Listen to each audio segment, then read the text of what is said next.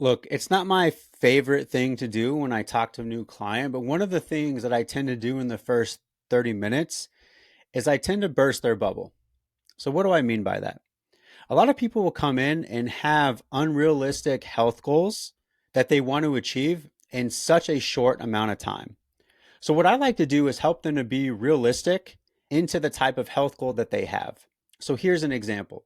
So, let's say you're someone who wants to improve on your overall cholesterol because you just got back from the doctor and they told you that you have high cholesterol, thus increasing your risk of cardiovascular disease. So for most people, they might be thinking to yourself, well, I need to not eat cholesterol at all. But part of me bursting your bubble is helping you to understand that dietary cholesterol doesn't have a massive impact on your blood cholesterol because it's mostly about your saturated fat intake. So if you're someone who loves red meat or someone who loves different styles of food that have high saturated fat, for most of our meat lovers, what I tend to do is can we mix in some plant based options every now and then?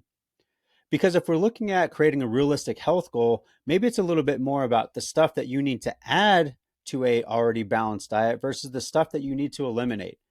Because in most cases, people love additions and they really struggle with subtractions.